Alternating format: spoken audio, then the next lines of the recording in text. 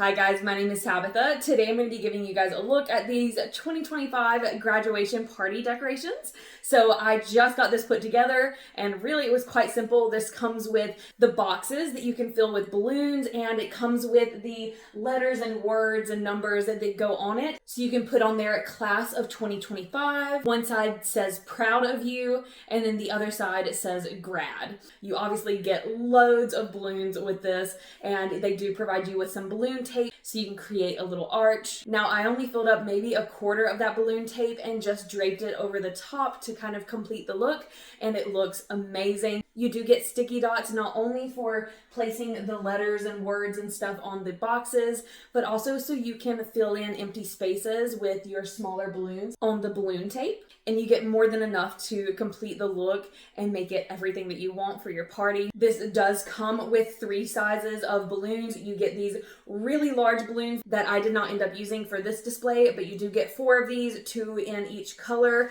and then you get loads of your standard balloon size and a ton of your smaller, like 5-inch balloons. The balloon quality is incredible. The boxes were easy to put together, and they're going to be something that you could always use for other circumstances because you can break them back down. So I really love this set. If you guys were looking for something like this, I would definitely give this a try.